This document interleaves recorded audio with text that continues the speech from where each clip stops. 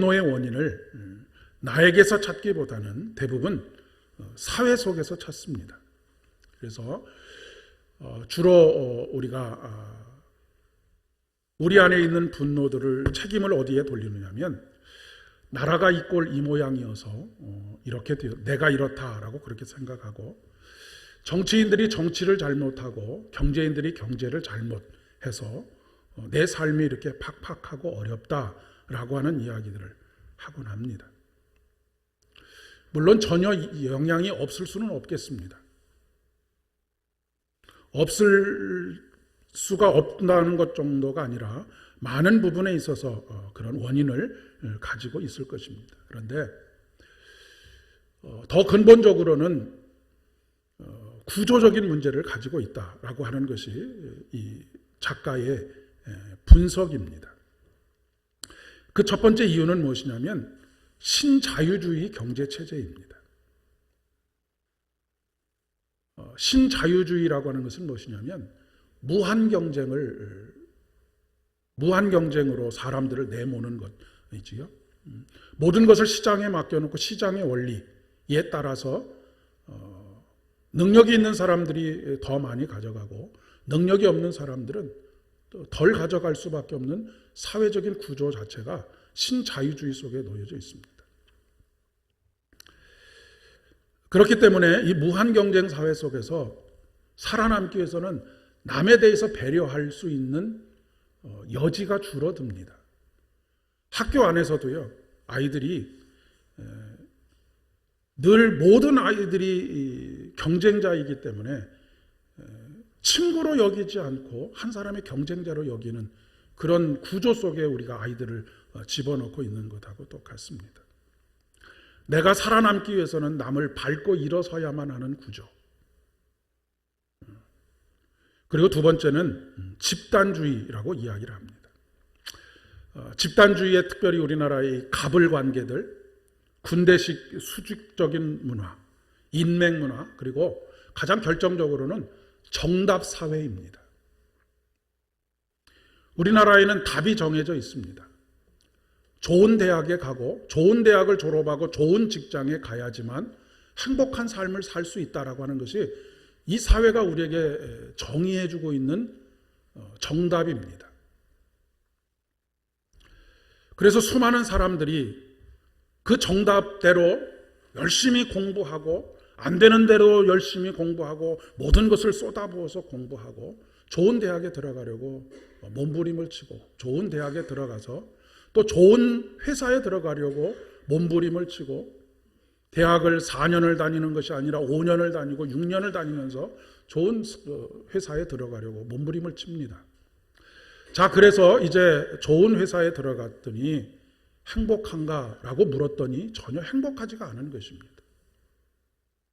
또 그 안에서 살아남기 위해서 몸부림을 쳐야 하는 그런 상황들이 계속 반복되고 있기 때문에 그렇습니다.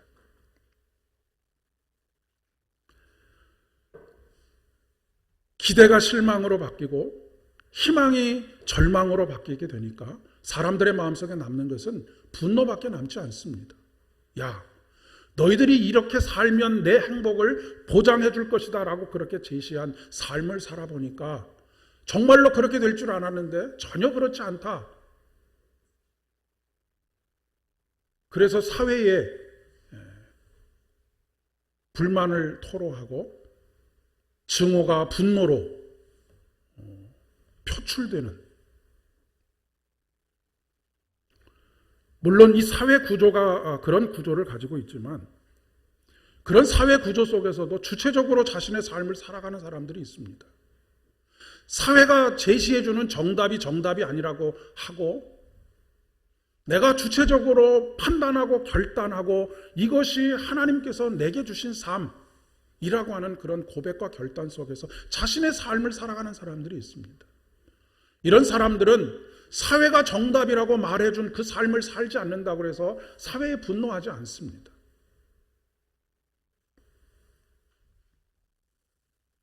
교회 공동체도 크게 다르지 않다고 생각합니다.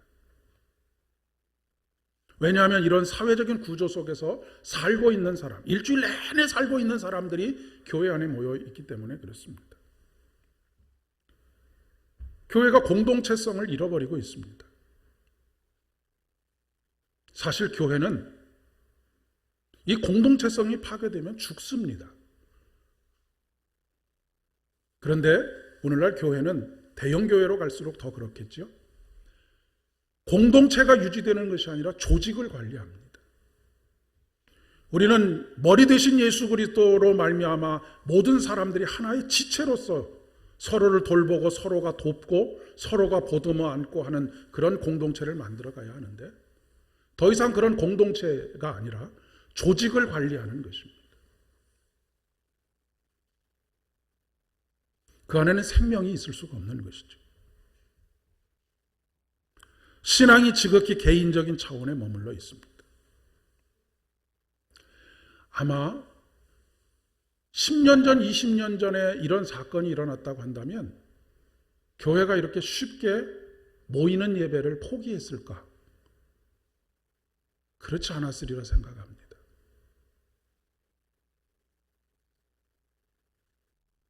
신앙이 개인화되다 보니까 굳이 내가 공동체를 이루지 않아도 크게 마음에 불편함이 없는 것이죠.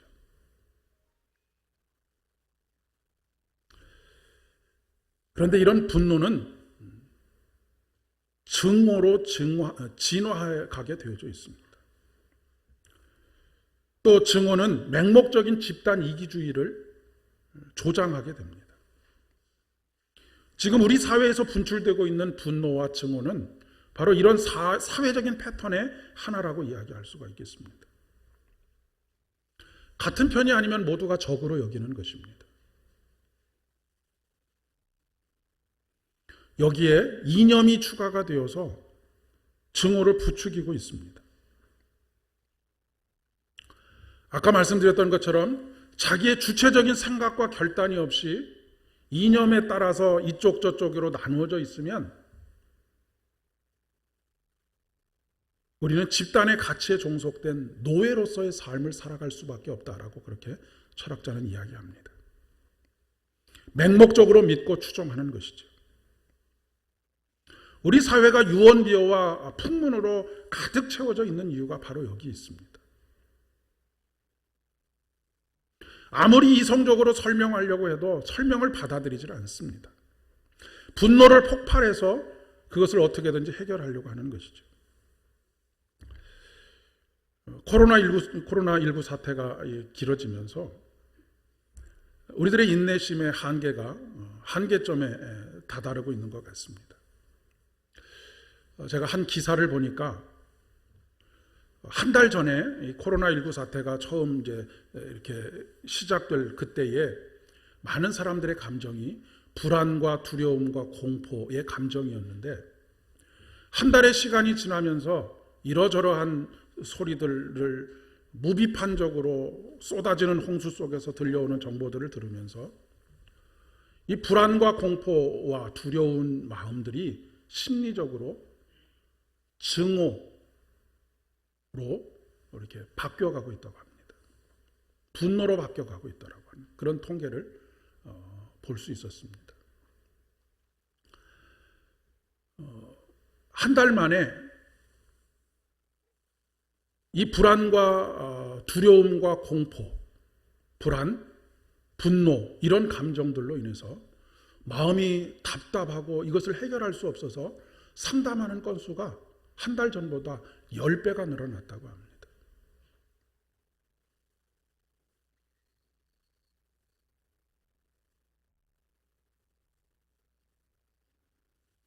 그리고 우리는 이렇게 된 것을 사회 탓이라고 이야기하고 정부 탓이라고 이야기하고 대통령과 자기 자신의 적대자들의 탓이라고 그렇게 몰아가고 있는 것이죠. 그럴 수밖에 없습니다. 왜냐하면 나의 책임을 인정할 수 없기 때문에 남의 책임을 누군가 희생양이 있어야 하는 것이기 때문에 그렇습니다.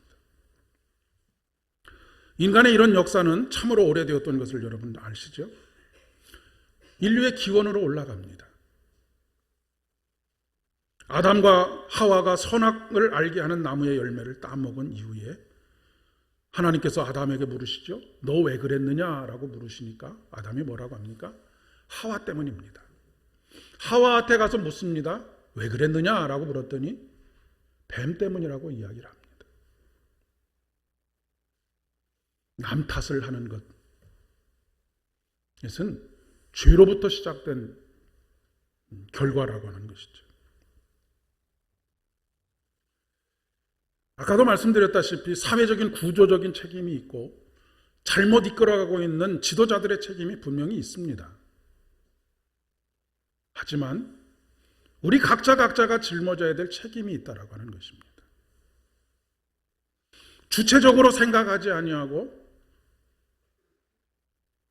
사람들의 소리에 따라서 따라갔던 우리들의 삶의 모습 때문입니다. 지금부터 3,500년 전으로 추정되는 성경의 출애굽 세대들도 마찬가지입니다. 오늘 출애굽기의 본문이 바로 대표적인 사건 중에 하나입니다. 출애굽을 한 이스라엘 백성들은 언제든지 살짝만 건드리면 그 분노가 터트려질 그런 마치 이렇게 팽팽하게 불어나 있는 풍선과 같은 그런 상태에 있습니다. 그동안 홍해가 갈라지는 사건에서부터 여러 가지 기적들을 경험했지만 그들은 여전히 불안과 두려움과 공포에 사로잡혀서 하루하루를 살아가고 있습니다. 우리들도 마찬가지 아닙니까? 우리들이 지난 세월 동안 예수를 믿고 예수님께서 우리에게 베풀어 주신 은혜를 경험했고 때로는 기적을 경험하기도 했습니다. 그런데 코로나19 사태뿐만 아니라 크고 작은 사건들 속에서 여전히 두려워하고 불안해하고 공포에 떨고 하는 우리 자신을 발견하게 됩니다. 그리고 그것에 대해서 누군가의 탓을 하고 하는 그런 삶의 반복들이 있는 것을 보게 되지요.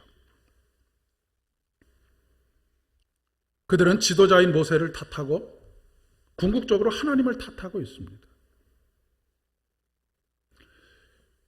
오늘 말씀 속에서 우리가 깨달을 수 있는 것은 근본적으로 불평과 불만의 삶을 사는 것은 하나님을 시험하는 것이다 라고 하는 것입니다.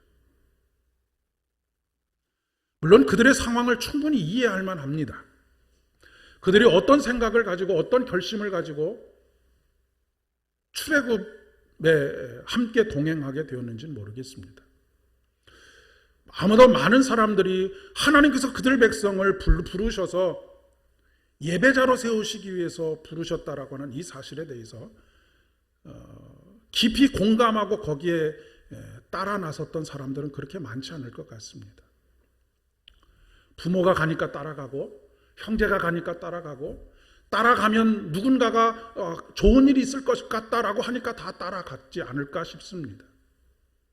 그들은 오합지졸에 불과한 사람들이었습니다. 그들은 노예 근성에 깊은 뿌리 박혀 있던 사람들입니다. 그런데 지금 그들을 둘러싸고 있는 환경 자체가 두려움을 느낄 수밖에 없는, 공포를 느낄 수밖에 없는 그런 환경입니다.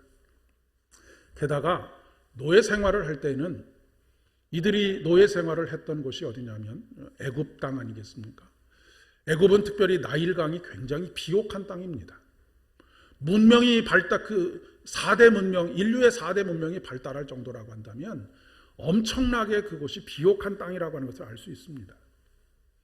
아무리 노예의 삶을 살았다 할지라도 광야에서 제가 미국에서 삶을 살면서 제일 어렵고 힘들었던 것이 뭐냐면 한국에서 살 때에는 어려움이 있으면 도움을 요청할 수 있는 누군가가 있습니다. 근데 외국에서 삶은 그 어느 누구에게도 도와달라는 이야기를 할 수가 없어요. 지금 이스라엘 민족이 처해 있는 상황이 똑같은 상황입니다. 노예의 삶을 살더라도 이집트에서 살 때는 옆집에 가서 먹을 것을 조금 달라고 할 수도 있고 아니면 정 배가 고프면 나일강에 나가서 그물을 던지든 낚시를 던지든 해서라도 물고기 몇 마리라도 잡아서 먹을 수 있는 그런 상황인데, 광야에서는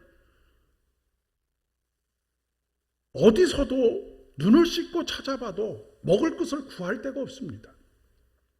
뿐만 아니라 대부분 다 비슷한 상황이니까 당장에 이 사람한테 내 먹을 것을 주면 내일 당장 내 식구들이, 내 자식들이 다 굶어야 되는 상황이라고 한다면 누가 도움의 손길을 내밀 수 있겠습니까?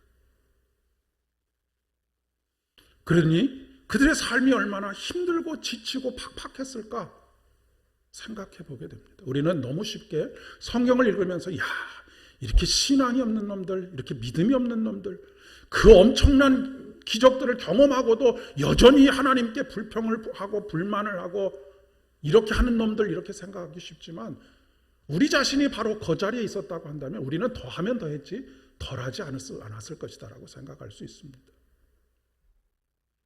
여러분, 지금 조금만 불편해도 막 불평과 불만이 터져나오는, 그렇지 않습니까?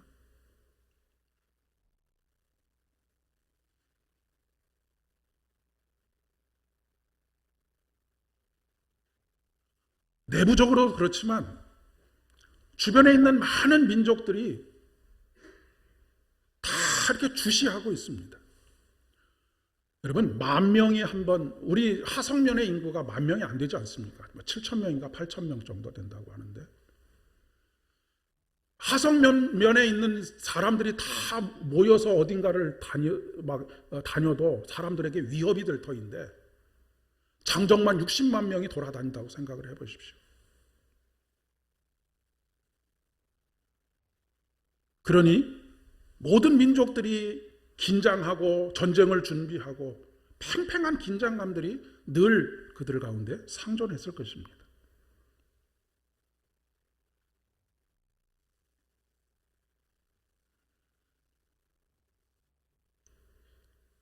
그때나 지금이나 인간의 본성은 크게 달라지지 않았음을 느끼게 되는 것이죠. 이 출애굽기의 본문이 집단적으로 분노의 감정을, 감정을 다루고 있다고 한다면 오늘 요한복음의 이야기는 극히 개인적인 그런 한 여인의 이야기입니다. 조금 속된 표현으로 표현을 해보면 지금 이 여인의 소가지가 지랄 같습니다. 소가지라고 하는 것은 속 안에라고 하는 말의 다른 표현인데요. 보통 이제 소가지가 시끄럽다라고 하는 그런, 내 속이 시끄럽다라고 하는 그런 표현입니다. 어찌 그렇지 않을 수가 있겠습니까? 이 여인도 지금 기댈 만한 사람이 없습니다. 5번이나 결혼을 했다가 다시 남자를 만났는데 이 남자는 지금 현재 남편이 아니고 그저 동거하고 있는 남자입니다. 세상적으로 표현한다면 아주 팔자가 드센, 엄청나게 드센 여자입니다. 그러니 누군가가 말을 걸어오면 말이 곱게 나갈 리가 없겠죠.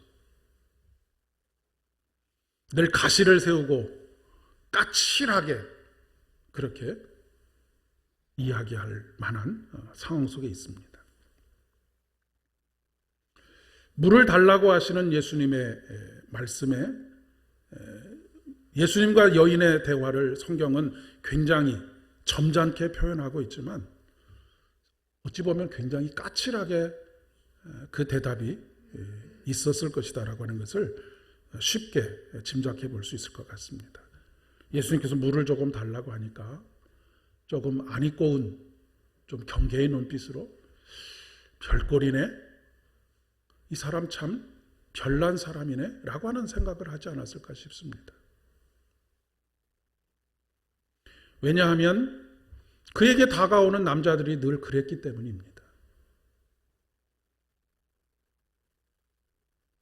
그냥 물 한 잔 주면 될 텐데 당신은 유대인으로서 어찌하여 사마리아 여자인 나에게 물을 달라고 합니까? 표현은 굉장히 점잖은 표현이지만 상당히 가시가 돋쳐 있는 그런 표현이라고 이야기할 수 있습니다. 아마도 짜증이 폭발하지 않았을까 싶습니다. 여러분, 6번째 남자와 살게 되기까지 가정이 어땠겠습니까? 행복했겠습니까? 끊임없는 불화가 있었을 것이라고 하는 것을 쉽게 짐작해 볼 수 있을 것입니다. 그리고 이 여자에게 다가오는 남자들은 대부분 이 여자를 성적인 놀이개 정도로 생각을 하고, 결혼을 했다고 하지만 언제든지 이혼 증서를 써서 내보낼 그런 준비를 하고 있었던 남자들이었음이 틀림이 없습니다. 그러니 따뜻한 말 한마디, 배려하는 행동, 이런 것들은 기대해 볼 수가 없었던 것이죠. 그러니 사람들과의 관계가 늘 그랬던 것입니다. 마음에 깊은 상처가 있고, 사람을 신뢰하지 못하고, 이놈이 또 나에게 무엇을 요구하려고 이러는가 라고 하는 생각 속에서 살고 있었을 것입니다. 아마도 마음이 썩을 대로 썩어 문드러지지 않았을까 싶습니다. 자, 집단적으로든 아니면 개인적으로든 이 솟구치는 분노의 감정을 어떻게 해소하고 마음속에 평안을 누리면서 살 수 있겠습니까? 세상이 선택하는 방법은 크게 두 가지입니다.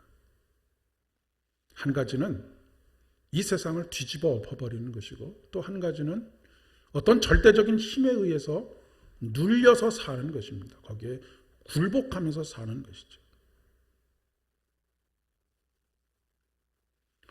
이것이 바로 로마의 평화라고 이야기할 수가 있습니다.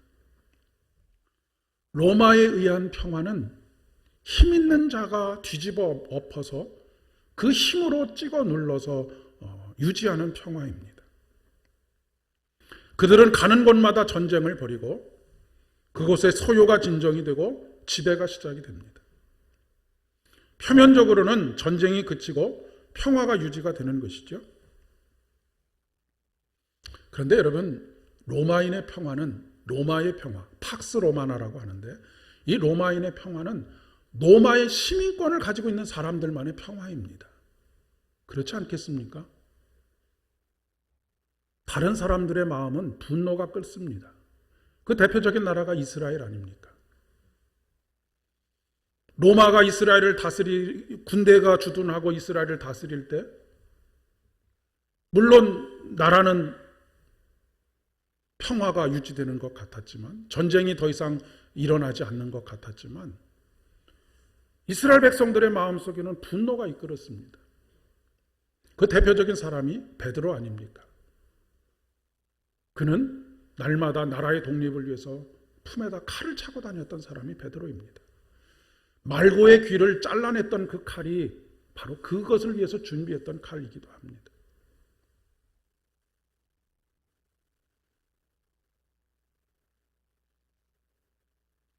지배를 받는 식민지 백성들에게 있어서는 그것은 평화가 아니죠. 이것을 조금 오늘 우리 사회의 모습에 적용을 해보면, 여야를 할 것 없이 나는 국민을 위해서 정치를 하려고 합니다 외치지만 결국 그들 자신의 권력과 명예를 위한 것일 뿐입니다.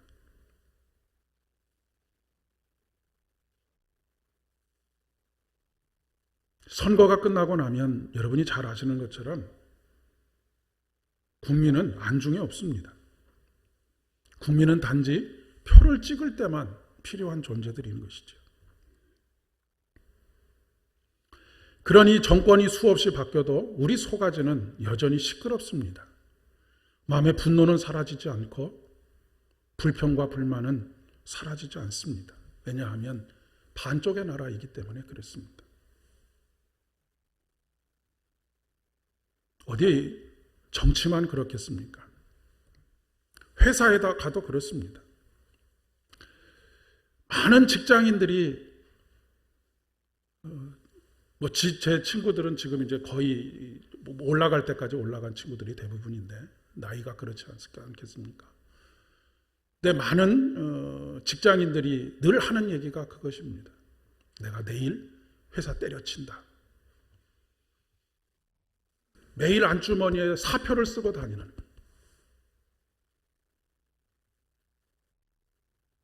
크고 작은 공동체가 마찬가지입니다.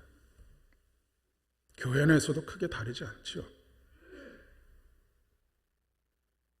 그런데 우리 인간의 남 탓과 우리 인간의 분노를 자신의 탓으로 돌리고 평화를 화해로 바꾸신 분이 계십니다. 그분이 바로 이 땅의 평화의 왕으로 오신 예수 그리스도입니다. 사마리아 여인은 하나님께 예배하는 일조차도 분열과 대립의 구도로 지금 이야기하고 있지 않습니까? 우리는 이 땅에서 예배하는데 유대인들은 이스라엘 사람들은 예루살렘 성전에서 예배해야 한다고 합니다.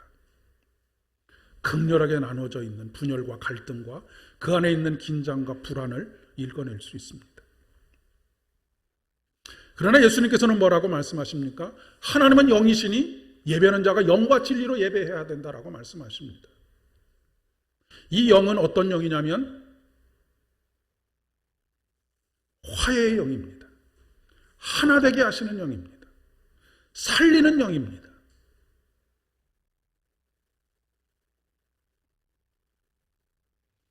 예수님은 범죄한 인간을 탓하지 않으시고 자신이 십자가를 짊어지시고 자신이 십자가를 짊어지심으로 이 땅에 화해와 화목해 하는 기쁨으로 우리를 이끌어 주십니다.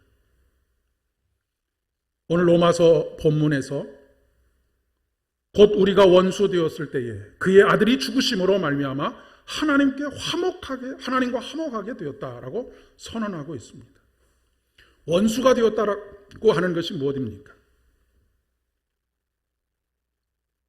갈등과 분열과 분노의 관계입니다. 그런데 예수 그리스도께서 죽으심으로 우리의 마음속 깊은 곳에 있는 분열과 갈등과 분노가 해결이 되었다라고 하는 것입니다. 이것이 바로 구원입니다. 천국에 가는 티켓을 얻는 것이 구원이 아니고 십자가에 달려 돌아가셔서 내 탓이라고 하시고 그 안에 화해를 이루신 예수 그리스도 그분을 받아들이는 것, 이것이 바로 구원입니다. 그렇기 때문에 하나님께서는 우리에게 우리의 구원을 이루어가라라고 말씀하시는 것입니다.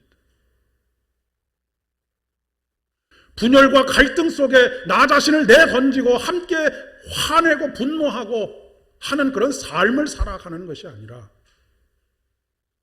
날마다 우리 안에 평화의 왕으로 찾아오신 그 예수 그리스도의 십자가로 말미암아서 화해를 이루어가는 사람, 하나 되게 하는 사람, 생명을 살아나게 하는 사람으로의 삶을 살아가는 것이 바로 날마다 구원을 경험하는 것이고 날마다 구원을 우리 안에서 이루어가는 것이다라고 말씀하시는 것입니다.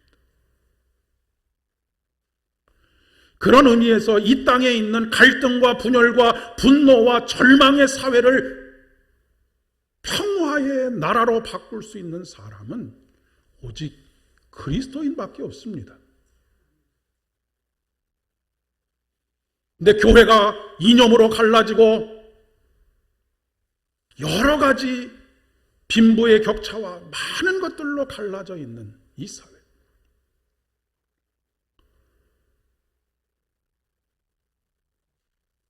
지금 예배를 모여서 드리느냐 아니면 각자 영상으로 드리고 가정 예배를 드리느냐 하는 것에서 모두가 다 하나로 관심을 가져야 할 것은 어떻게 하면 진정으로 하나님께 예배 드릴 수 있느냐에 관심을 가져야 하는데 서로가 서로에게 손가락질을 하면서 또 나누어지는 이것이 하나님께서 원하시는 것인가?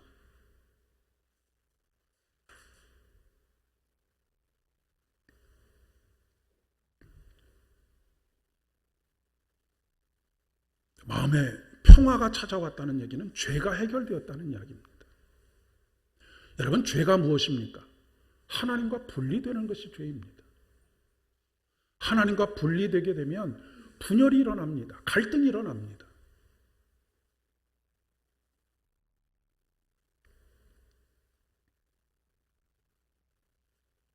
우리 안에 있는 분노와 증오는 정권이 수백 번 바뀌어도 해결되지 않습니다. 그것은 결코 우리에게 평화를 가져다 줄 수 없습니다. 왜냐하면 인간은 그 어느 누구도 내 탓이라고 이야기하지 않기 때문입니다. 내가 십자가를 짊어지지 않기 때문입니다.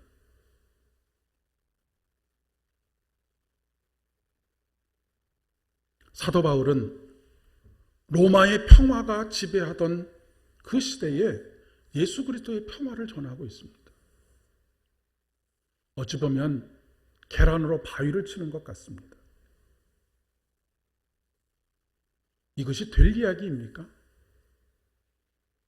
로마의 그 강력한 힘이 전 세계를 지배하고 있는 이 시대 속에서 예수 그리스도의 평화? 웃기는 소리 하고 있네 라고 그렇게 이야기할 수 있습니다. 공장님 말씀하고 있네 라고 그렇게 이야기할 수 있습니다. 그러나 사도 바울은 그럼에도 불구하고 로마의 평화가 지배하던 그 시대 속에서 작은 목소리지만 자기의 소리를 내고 있습니다. 자기의 소리는 어떤 소리냐면 복음의 소리입니다. 예수 그리스도의 십자가와 그 십자가로 말미암는 화해, 죄의 해결된 구원의 사건을 이야기하고 있습니다. 제가 이 사회와 분리되어서 우리들만 구원을 얻고 우리들만 기뻐하고 이런 그런 종교적인 것을 이야기하는 것이 아닙니다.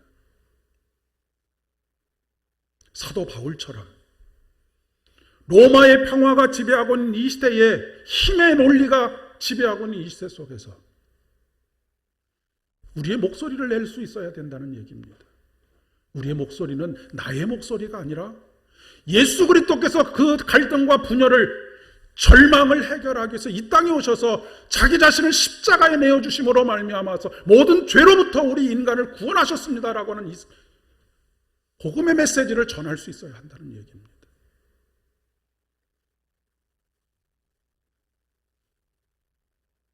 어둠이 짙으면 짙을수록 빛이 간절히 필요한 것처럼 힘의 논리에 의해서 지배되고 있는 이 땅에 더욱더 간절하게 요구되고 있는 것이 예수 그리스도의 평화입니다. 오늘날 이것이 이 사회 속에서 교회가 해야 할 일입니다. 여러분 제발 이념에 따라서 이쪽 저쪽 그렇게 서지 마시고 하나님 편에 서실 수 있었으면 하는 간절한 바람입니다. 물론 선호할 수 있습니다. 마음이 이쪽 저쪽으로 끌려갈 수 있습니다. 여러분 양편으로 나눠져서 하나님 내 편이 되어주십시오라고 하면 하나님께서 내 편이 되어주시겠습니까? 신앙생활이라고 하는 것은 그렇게 하는 것이 아닙니다. 하나님 내 편 들어주십시오. 여러분 축구 경기를 하는데 이쪽에도 예수 믿는 사람이 있고 이쪽에도 예수 믿는 사람이 있어서 하나님 내가 이기게 해주십시오라고 이야기하면 기도하면 누구 편을 드시겠습니까? 신앙생활이라고 하는 것은 그렇게 하는 것이 아닙니다. 하나님 제가 하나님 편에 서고 싶습니다. 저를 하나님 편에 세워주십시오.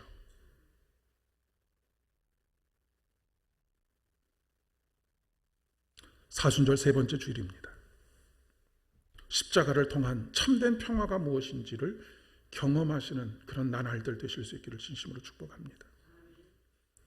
로마서 15장 11절의 말씀처럼 이제 우리로 화목하게 하신 우리 주 예수 그리스도로 말미암아 하나님 앞에서 또한 즐거워하시는 여러분 되실 수 있기를 진심으로 축복합니다.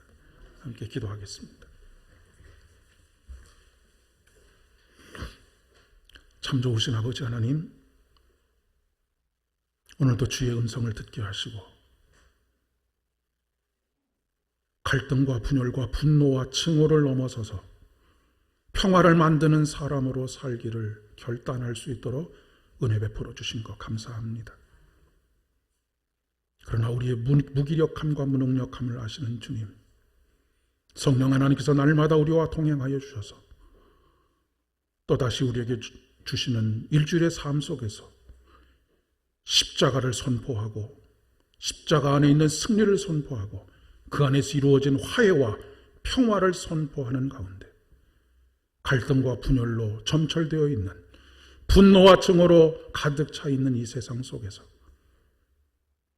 온전히 주의 뜻을 이루어가는 삶을 살게 하여 주시옵소서. 예수님의 이름으로 기도드립니다.